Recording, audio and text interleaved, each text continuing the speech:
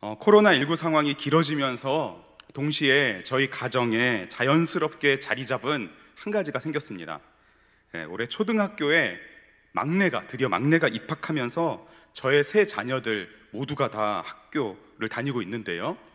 온라인과 오프라인을 병행하면서 지난 학기 말이 마무리되었지만 학기 초에는 언제 개학을 할지 알지 못하고, 또 개학해서도 한동안 온라인으로 수업을 하면서 계속해서 집에 아이들이 있게 된 상황이었죠. 그리고 또 아이들 모두, 이 세 자녀들, 중학생, 초등학생 2명 이렇게 모두 챙겨야 하는 아내 역시 일주일 내내 집에서 애들이랑 씨름하느라, 주일에도 이 예배를 챙기느라 정신없이 보냈던 것 같습니다. 그래서 매주 월요일이면 바람도 쐴 겸 이렇게 드라이브를 꾸준히 나갔는데요, 이것이 바로 코로나19로 저희 가정에 자연스럽게 자리 잡은 한 가지입니다. 특별할 건 없습니다. 매주 월요일마다 드라이브 가는 거죠. 다행히 저희 아이들 모두가 3시간, 4시간 막 넘게 차를 타는 것을 전혀 힘들어하지 않다 보니까 점점 가다 보니까 막 멀리까지 가게 되더라고요. 당일치기로 이렇게 강원도도 갔다 오고, 전라남도 광주도 갔다 오고. 코로나로 사람들이 많이 있는 곳에 갈 수도 없고, 또 식당에 들어가서 밥을 먹을 수도 없어서 한적한 곳을 찾고, 그리고 돈도 절약할 겸, 그리고 안전하게 식사할 겸 어느 순간 아내가 점심과 저녁 도시락을 싸기 시작했습니다. 큰 물병에다가 물을 끓여서 담고 사발면 사가고. 이런저런 곳에 다니다 보니까 어떤 때는 애들이 저기 교과서에 나왔던 건데, 고속도로 지나가면서 봤던 마이산, 저 산 저기서 교과서에서 봤던 건데 하면서 신기해하고, 또 경치가 좋은 한가한 곳에 차를 세워놓고 차 안에서 도시락을 먹는 거죠. 도시락 먹고 또 어디 갔다가 또 거기서 이제 라면 먹고, 그리고 돌아오면 저는 반드시 밴드에다가 오늘 하루 갔었던 곳, 그리고 얼마만큼의 거리를 갔었는지, 뭘 먹었는지 사진과 함께 쭉 이제 밴드에다가 올려놓습니다. 애들이 이렇게 나중에 이렇게 최선을 다했다라는 거를 좀 뭔가 남겨야 될 것 같아서 다니다 보니까 자연스럽게 지켜야 될 규칙이 생기더라고요. 차를 타고 이렇게 하루 종일 같이 지내다 보니까 자연스럽게 생긴 규칙이, 차 안에서는 스마트폰을 하지 않기. 스마트폰을 하면은 이게 시력도 나빠질 뿐만 아니라 대화가 없어지더라고요. 그래서 스마트폰 하지 않기, 그리고 물과 음료수 마시지 않기.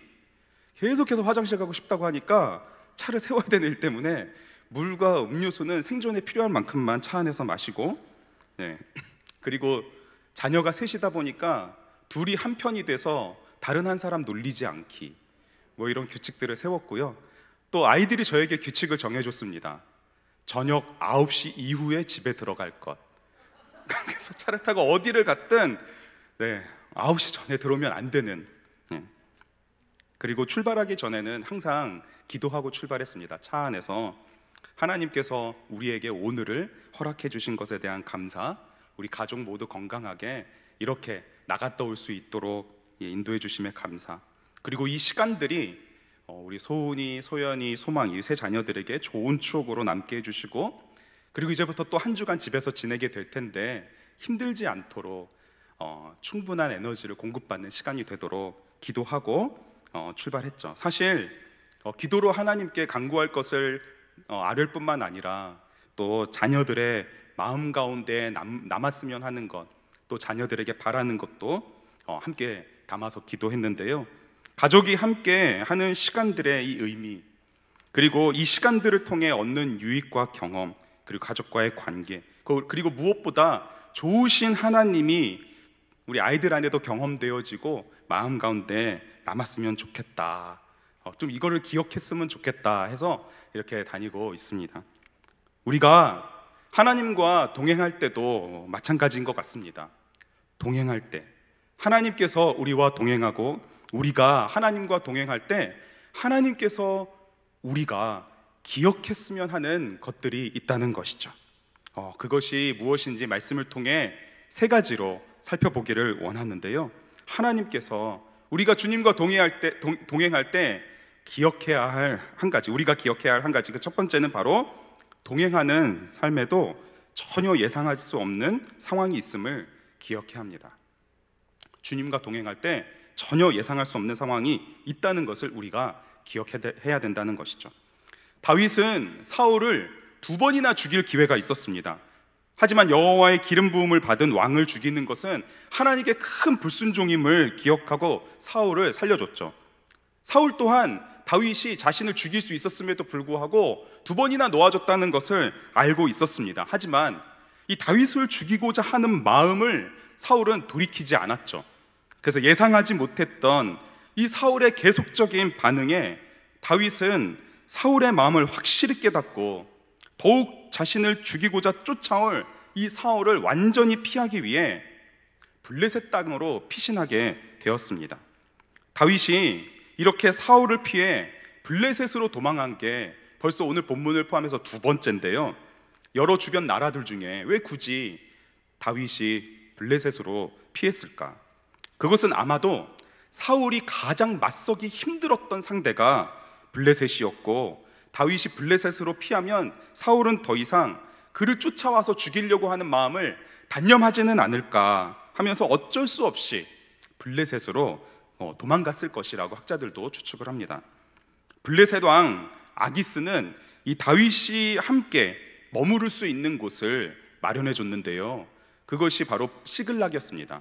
그래서 아기스 왕은 다윗과 함께 온 사람들에게 시글락에서 머물 수 있도록 땅을 주었죠. 다윗은 이 시글락에서 머물면서도 이스라엘의 회복을 위해서 움직였습니다. 원래 시글락은 이스라엘 백성이 가나안 땅에 입성해서 땅을 차지하던 중에 유다 지파가 차지했던 땅이고, 그것을 시므이에게 나눠줬던 땅이죠.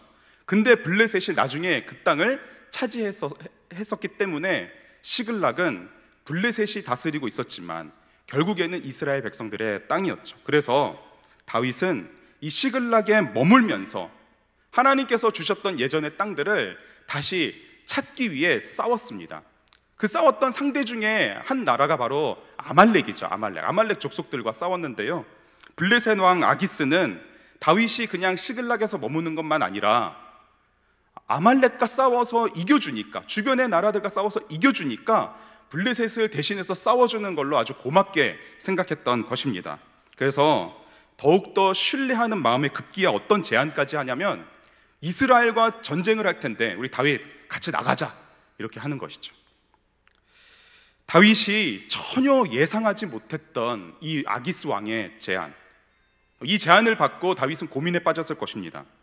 블레셋 편에 서서 나가서 싸우자니 이스라엘 민족의 반역자가 되고 그 동족을 죽여야 되고, 그리고 나아가 이스라엘의 왕이 될 자격까지 완전히 박탈당하게 될 것이고, 그렇다고 아기스 왕의 명을 거절할 수도 없는 노릇이었죠.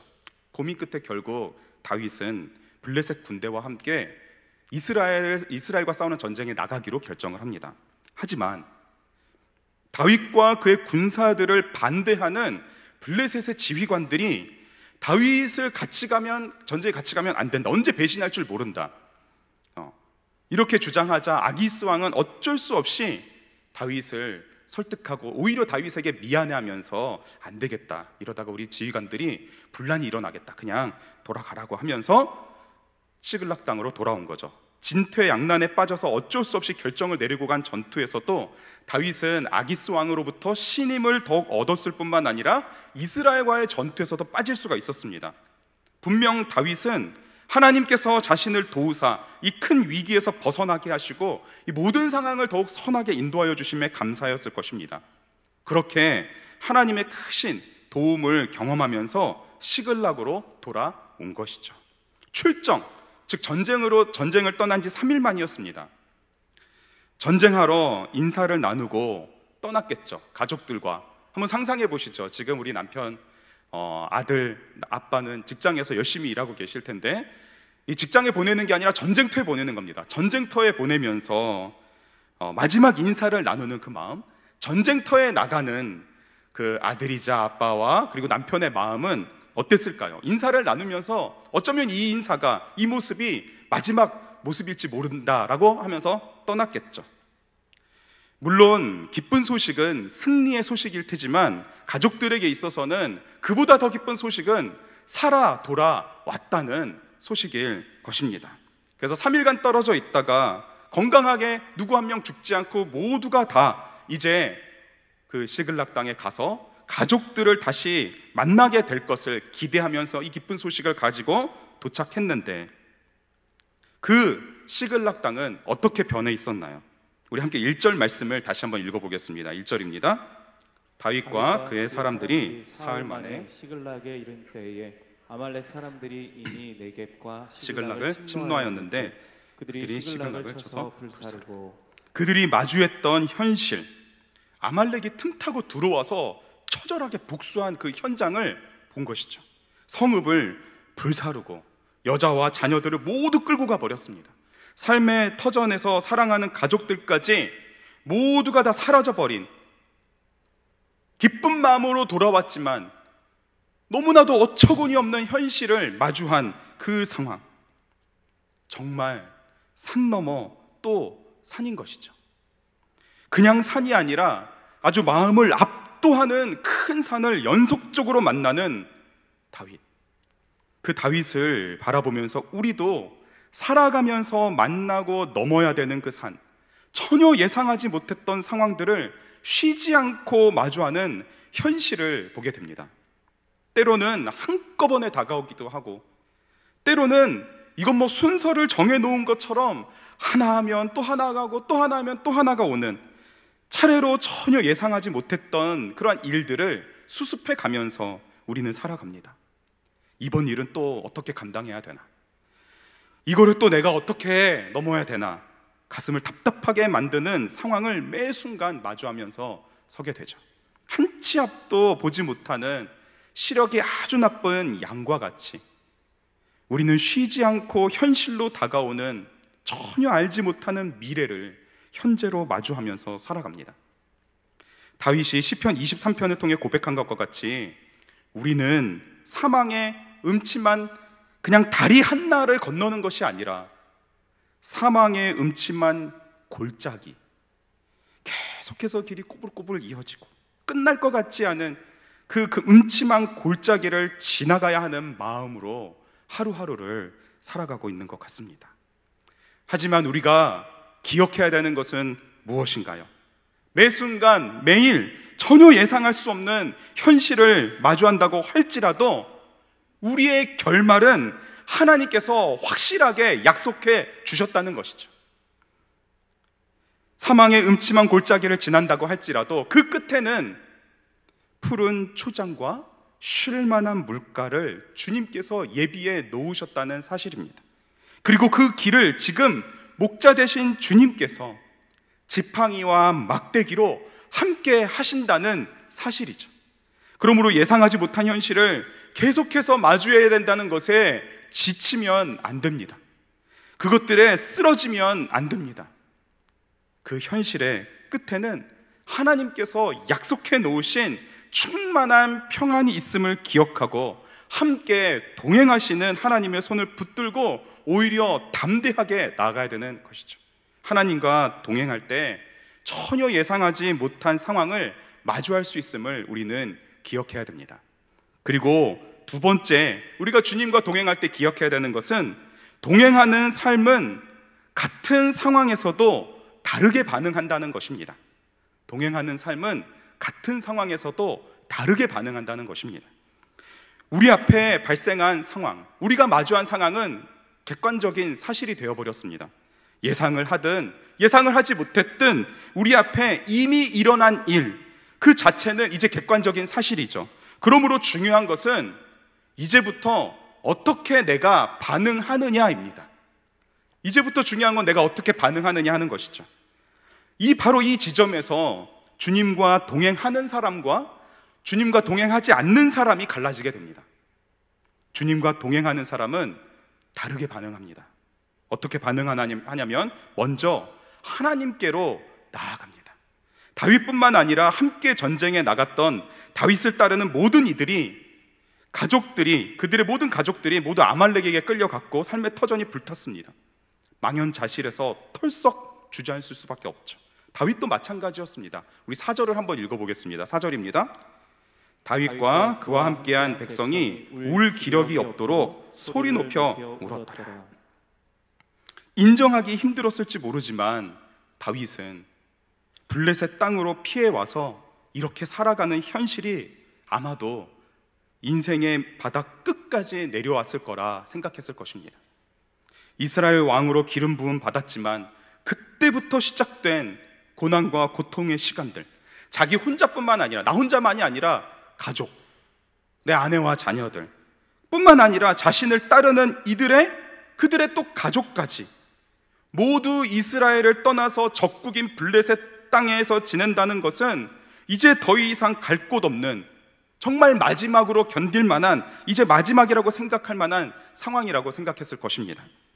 신실하신 하나님을 신뢰하면서 하루하루를 버티어가고 있고, 예상하지 못했던 상황에 이스라엘을 대적해야 할 전투에서 피하게 하신 하나님께 감사하였고, 그리고 이 기쁜 소식을 가지고 돌아왔는데 정말 모든 것이 다 사라져버린, 정말 끝도 없는 절망으로 들어가는 것 같은, 이제 모든 것이 완전히 끝났다, 이제 정말 끝이다, 이제 남은 것까지 완전히 다 비워버리시는 하나님 앞에서 다윗은 더 이상 울 기력이 없도록 소리 높여 대성 통곡하며 울 수밖에 없었던 것이죠. 하지만 문제는 하나님께 기름 부음을 받은 다윗도 다른 사람들과 함께 똑같이 대성 통곡하고 기력이 없도록 우는 것에 있었습니다. 하나님에 대한 믿음이 사라져버린 사람들로 하여금 이 다윗의 이러한 반응이 그 마음을 자극했던 것이죠. 슬픔이 원망을 낳게 했습니다. 그리고 그 원망이 다윗에게 책임을 묻게 하고 급기야 그를 돌로 쳐 죽이려고 달려든 것이죠. 살아가면서 우리가 슬퍼할 수는 있습니다. 슬퍼한다는 것 자체가 죄가 되지는 않습니다. 주의해야 되는 것은 무엇이냐면, 하나님을 불신한 상태에서 그 슬픔 속에 완전히 함몰돼 버리는 것이죠. 그런 슬픔은 반드시 원망으로 나아가게 되어 있습니다. 이게 다 너 때문이다, 이게 다 저 사람 때문이다, 이러한 마음, 이 미움의 마음을 갖게 하여 증오로 나아가죠. 그리고 그 슬픔, 원망, 이러한 증오와 불신은 결국 하나님의 형상을 파괴하는 데까지 나아갑니다. 죽여버리자는 것이죠. 심지어 자기 자신조차 파괴하는 데까지 달려갑니다. 하나님과 동행하지 않는 마음에 생겨나는 이 슬픔, 그 슬픔이 무서운 이유가 바로 여기에 있는 것이죠. 하지만 주님과 동행하는 사람은 슬픔 속에서도 하나님께 나아갑니다. 하나님께로 향합니다. 사무엘상을 통해 우리가 계속해서 발견하는 하나님이 기뻐하시는 왕은 누구인가라고 했을 때 바로 순종하는 왕을 하나님께서 기뻐하신다라는 것을 계속해서 발견해 나갈 것입니다. 순종하는 왕은 어떤 왕인가요? 쉽게 말하자면 하나님께 나아가는 왕입니다. 다윗은 항상 하나님께 물었습니다. 어떤 상황에서든지 하나님으로 항상 향했고, 하나님을 기억하고 하나님을 바라보고 하나님께 답을 구했습니다. 모세도, 아브라함도, 이삭도, 나아가 우리 구주 예수님도 항상 기도의 자리 속에서 하나님께 나아갔죠. 주님과 동행하는 사람이 이처럼 하나님께 나아갈 뿐만 아니라 하나님을 힘입어 용기를 얻습니다. 하나님을 힘입어 용기를 얻게 됐죠. 우리 함께 6절 말씀을 읽겠습니다. 6절입니다. 백성들이 자녀들 때문에 마음이 슬퍼서 다윗을 돌로 치자 하니 다윗이 크게 다급하였으나 그의 하나님 여호와를 힘입고 용기를 얻었더라. 이 말씀이 아주 중요한 의미가 담겨 있습니다. 이 말씀은 두 사람을 바로 대조하게 만듭니다. 바로 사울과 다윗을 대조하게 만듭니다. 다급할 때 사울은 다급할 때마다 어떻게 반응했나요? 블레셋과의 전투에서 사울은 그들의 숫자에 압도당했습니다. 사울뿐만이 아니었습니다. 블레셋이 어떤 규모였냐면 병거만 30만, 마병이 6천, 백성은 해변에 모래같이 많은 그 블레셋의 압도적인 군사력 앞에 이스라엘 군사들은 위급함을 느꼈고 절박하여서 숨어서 떨고 있었습니다. 겁에 질린 이들을 이끌어야 되는 사울은 다급했던 것이죠. 사무엘이 얼른 와가지고 하나님 앞에 제사를 드려서 이 전쟁을 승리로 이끌어야 됐는데 약속했던 사무엘이 안 오는 것입니다. 그러자 사울은 어떻게 했나요?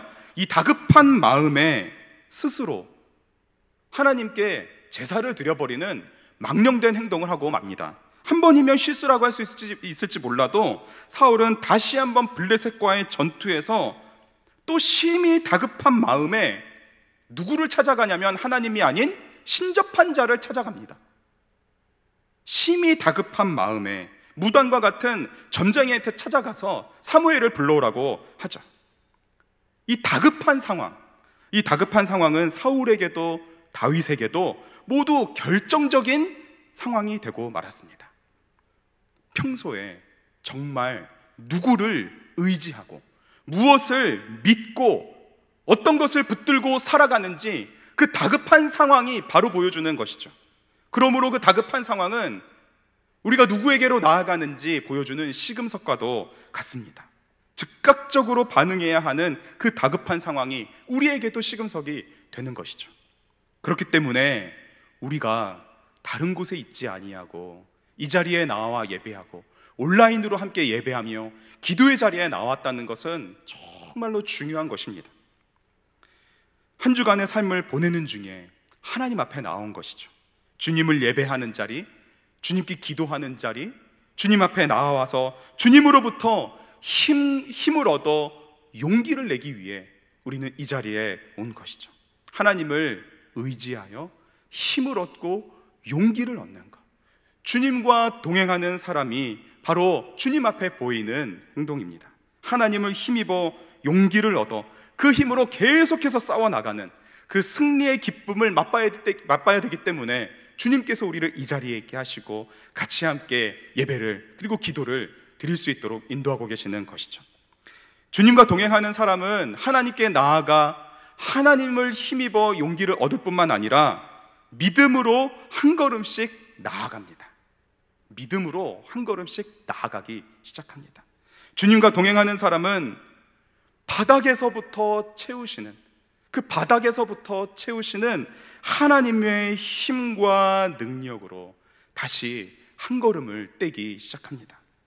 다윗은 다시 한번 하나님께서 주신 약속의 말씀을 붙들고 아말렉을 쫓기 시작합니다. 그를 쫓아가라. 내가 반드시 따라잡고 도로 찾으리라. 하나님께서 주신 약속의 말씀을 붙들고 힘을 얻어 용기를 내서 달려가는 것이죠. 시글락을 출발하여 부솔 시내로, 그 시내를 지나 들을 지나 아말렉이 있는 곳으로 향합니다. 더 이상 울 기력이 없을 정도로 지쳐 있었고 방금 전까지 자신을 돌로 쳐 죽이려고 하는 그러한 사람들을 진정시키고 그리고 그들의 마음을 보듬어서 함께 출발한 것이죠. 슬픔을 가진 자들과 함께 나서는 중에 그 길도 쉽지 않았습니다. 600명과 함께 출발했지만 부솔 시내에서 더 이상 지쳐서 못 가겠습니다 하는 사람 200명을 데려두고 그 나머지 400명과 함께 가야 했던 것이죠. 그리고 아말렉으로부터 버림받은 애굽 사람 하나를 만나서 그 애굽 사람 그 종 하나를 만나서 그의 말을 듣고 갑니다. 결코 쉽지 않은 길이었지만 하나님께 나아가 하나님을 힘입어 용기를 얻고 그 믿음의 발걸음을 떼서 나아갈 때에 하나님께서 동행하여 주시고 힘을 주시고 또 용기를 주시는 것이죠. 주님과 동행하는 사람은 같은 상황에서도 다르게 반응합니다. 하나님께 나아가고 하나님으로부터 힘과 용기를 얻고 믿음의 걸음을 다시 걷기 시작하는 것이죠. 동행하는 삶에는 예상하지 못한 상황이 있다는 것, 그리고 같은 상황에서도 동행하는 삶은 다르게 반응한다는 것, 그리고 우리가 마지막으로 기억해야 할 세 번째는 동행하는 삶은 은혜를 경험하고 그 은혜를 나누고 그 은혜를 남기는 여정임을 기억해야 합니다. 동행하는 삶은 은혜를 경험하고 그 은혜를 나누고 그 은혜를 남기는 여정이라는 것이죠. 에녹 프로젝트 10주간의 동행을 시작해서 벌써 5주차를 함께 하면서 많은 은혜를 누리고 계시리라 생각합니다. 그보다 먼저 우리는 21일 작정 기도를 했었죠. 그래서 21일 작정 기도에 이어서 동행 프로젝트를 하면서 거룩한 습관이 우리 안에 만들어지기 시작했습니다. 아침을 깨우는 이 스마트폰 알림을 끄자마자 예전에는 뭐 이런저런 기사를 검색하거나 뭐 날씨를 보거나 SNS 등을 봤다면 이제는 동행 메시지 영상을 보거나 하루에 통독해야 될 그 드라마 바이블을 먼저 듣거나, 그리고 또 일터로 향하는 길에서도 틈틈이 말씀을 가까이 하고 그리고 그 말씀을 붙들고 살아가고 있다는 그러한 성도님들의 말씀들을 듣게 됩니다. 그리고 또 동행 노트를 같이 기록하면서 오늘 나에게 주시는 메시지와 그리고 기도의 제목과 그리고 감사의 제목들을 기록해 가면서 하나님께서 우리에게 주시는 은혜가 얼마나 큰지 차곡차곡 우리는 쌓아가고 있습니다. 이처럼 주님과 동행할 때 우리는 하나님께서 이미 주고 계셨던 은혜를 재발견할 뿐만 아니라 하나님께서 날마다 새롭게 주시는 은혜를 누리면서 살아가고 있습니다. 저 개인적으로는 이 사무엘서 말씀을 함께 읽어가면 읽어갈수록 다윗의 삶을 새롭게 보게 되었습니다. 그리고 그가 살아가면서 누린 은혜 중에 가장 큰 은혜는 언제나 다윗이 하나님을 찾을 때마다 하나님께서 그에게 응답해 주신다는 것, 그것이 정말 큰 은혜구나. 하나님을 찾을 때마다 하나님께서는 그를 응답해 주시고 만나 주시고 또 그에게 답을 주시고 인도해 주시는, 이것이 참 큰 하나님께 주시는 은혜구나. 그 은혜가 오늘도 우리에게 임할 줄 믿습니다. 우리가 하나님을 찾을 때 하나님께서 우리에게 응답해 주시는 그 은혜. 하나님은 찾는 마음을 주시고 그 마음으로 하나님을 찾을 때 응답해 주시고 약속을 주시고 약속을 붙들고 믿음으로 걸어가게 하시며 또 그 길에서 누리는 은혜를 맛보면서 살아갈 수 있도록 다윗을 인도해 주셨습니다. 하나님께 기도할 때 받는 응답뿐만 아니라 약속의 말씀, 이 약속의 말씀을 붙들고 한 걸음 한 걸음씩 살아갈 때에 정말 하나님께서 나에게 주시는 큰 은혜구나, 이것을 고백하게 되는 때가 또한 언제인가요? 하나님께서 주시는 은혜구나라는 걸 고백할 때는 바로 꼭 필요한 사람, 정말 소중한 사람, 답이 되어주는 사람을 만나게 될 때입니다. 그러므로 우리는 기도할 때 만남의 축복을 위해 기도하는데요, 다윗 역시 그랬습니다. 아주 작정하고 기습해서 모든 것을 빼앗고 불지른 후에 달아나 버린 이 아말렉과 싸우려면 한 사람 한 사람이 더 필요할 텐데 부솔 시내를 건너는 중에 3분의 1, 600명 중에 200명이 피곤하고 지쳐서 낙오가 됐습니다. 그리고 그 낙오된 사람들을 바라보면서 다시 또 그 출발해야 되는 그 400명의 그 군사들의 마음, 그 마음들까지도 다 보듬어서 다시 그 아말렉을 쫓아가는 길에 다윗은 애굽 사람을 만나게 되죠. 병들어 죽어가고 있던 사람입니다. 주인조차도 그 사람을 가다가 버렸습니다. 근데 그 사람은 어떤 사람인가요? 아말렉과 함께 시글락에 들어와서 공격하고 불태우고 가족들을 끌고 가는데 동조했던 사람입니다. 그 애굽 사람 다윗은 그에게 어떻게 대하나요? 다윗은 그에게 하나님께서 예비해 놓으신 은혜라고 생각하며 은혜를 베풉니다. 이처럼 하나님의 은혜를 경험하고 그 은혜를 따라 나아가는 사람은 어떠한 상황 가운데서도 은혜를 나누게 되는 것이죠. 하나님의 은혜를 경험하는 사람은 반드시 그 은혜를 나누게 되어 있습니다. 그러므로 얼마나 큰 은혜를 받았는지 확인할 수 있는 방법은 그가 얼마나 은혜를 나누고 있는지를 보면 알 수 있습니다. 아무리 은혜 받았다고 말하고 그렇게 자랑하고 다녀도 그의 삶에 은혜를 나누는 일이 전혀 없으면 그것은 은혜를 받은 것이 아니죠. 하지만 은혜를 받았다고 말하지 않아도 그 은혜를 조용히 간직하고 있어도 은혜를 나누는 삶은 그 삶 그 자체를 통해 그가 얼마나 은혜를 받았는지 확인해 볼 수가 있습니다.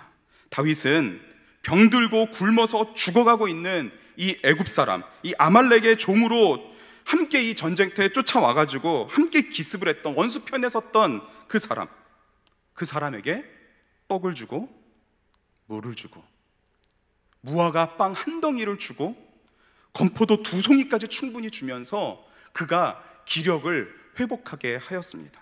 그리고 약속하며 생명을 보존해 주겠다.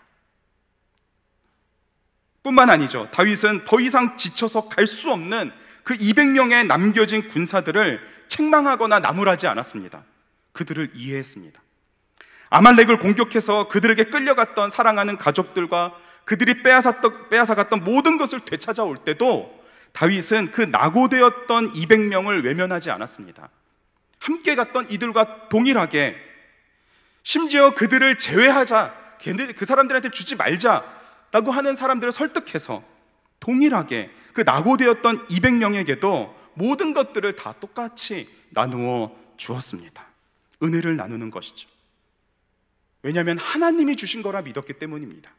이 모든 것은 하나님께서 하나님의 백성들에게 주신 것이라 여겼기 때문에 은혜를 나눌 수 있는 것이죠.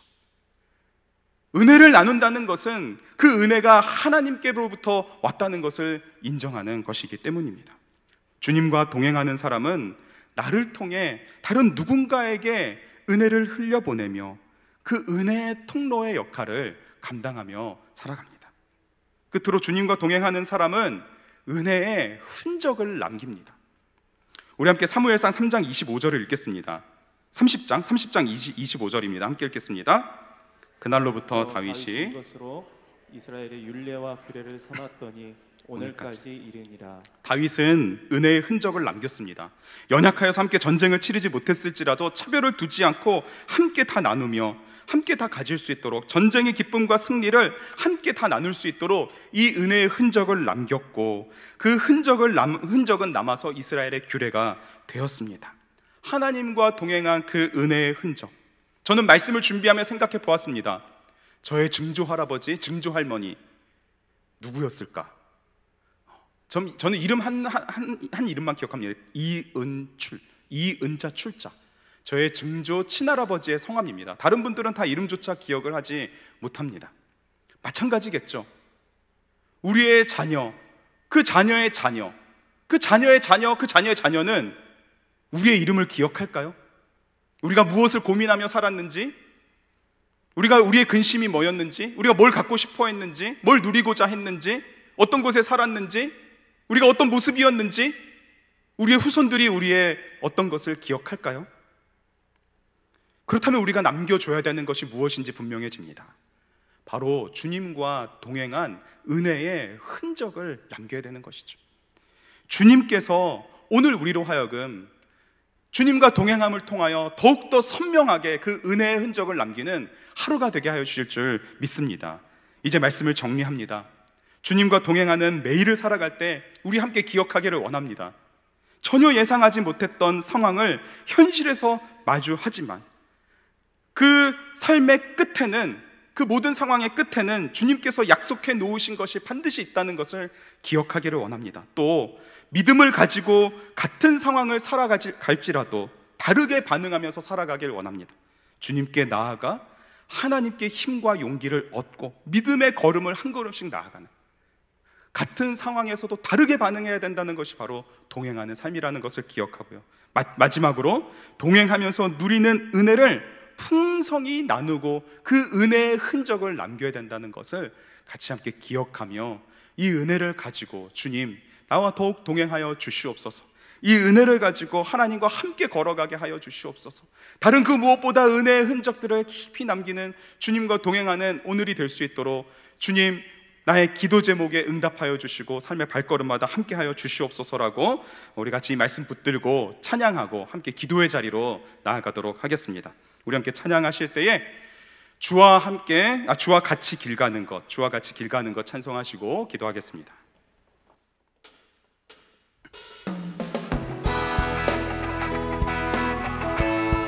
우리 함께 박수치며 찬양하겠습니다. 주와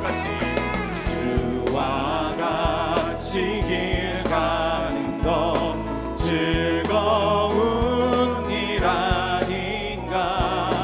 우리 주님 걸어가신 발자취를 밟게. 아멘. 한 걸음 한 걸음 한 걸음 주 예수와 함께 날마다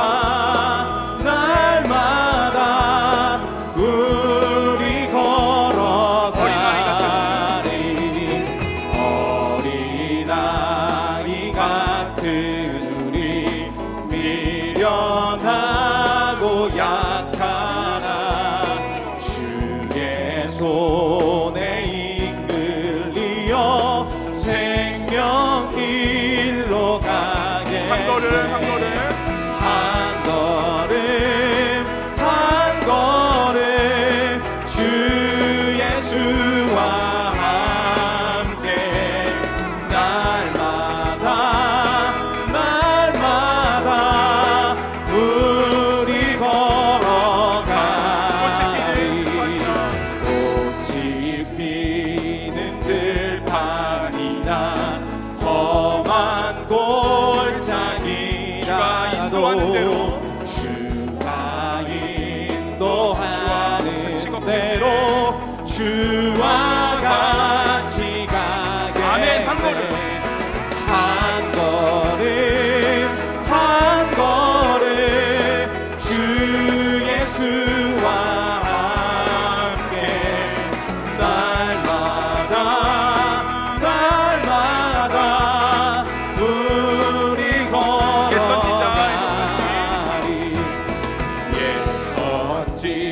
옛선지자의 녹같이 우리들도 천국에 들려 올라갈 때 주와 같이 걷겠네. 주와 같이 가겠네. 한 걸음 한 걸음 주 예수와 함께 날마다 날마다 우리 걸어가.